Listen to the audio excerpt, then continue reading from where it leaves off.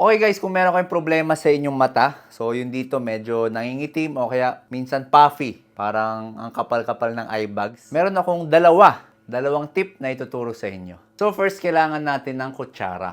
So ito, sakto. Ilalagay natin sa loob ng freezer. Yan, so yung mga tips natin, laging gamit na gamit yung mga ref. So habang hinintay natin lumamig, ituro ko muna yung pangalawang tip. So, punta tayo dito sa ating kwarto. Hi, bebe!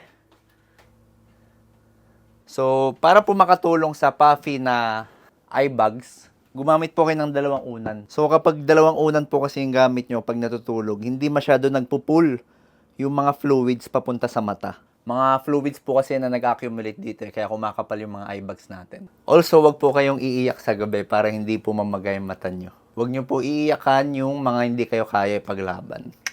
So, yung gagawin po natin sa pinalamig na kutsara, so malamig na siya, idikit nyo lang po sa inyong mata. Yan, mga several minutes. So, nakakatulong po yan para mabawasan yung puffiness. Kasi nagko-constrict po yung blood vessels kapag nalalamigan. Siyempre, dapat po malinis yung kutsara. Kung di pa rin mawala talaga yung mga eye bags and yung mga may itim sa ilalim ng mata, may mga procedures naman po tayo dyan. Maganda pa rin magpa-check sa espesyalista. So, try nyo po itong tips na nabanggit ko sa inyo and balitaan nyo ako sa comment section kung kamusta yung resulta sa inyo.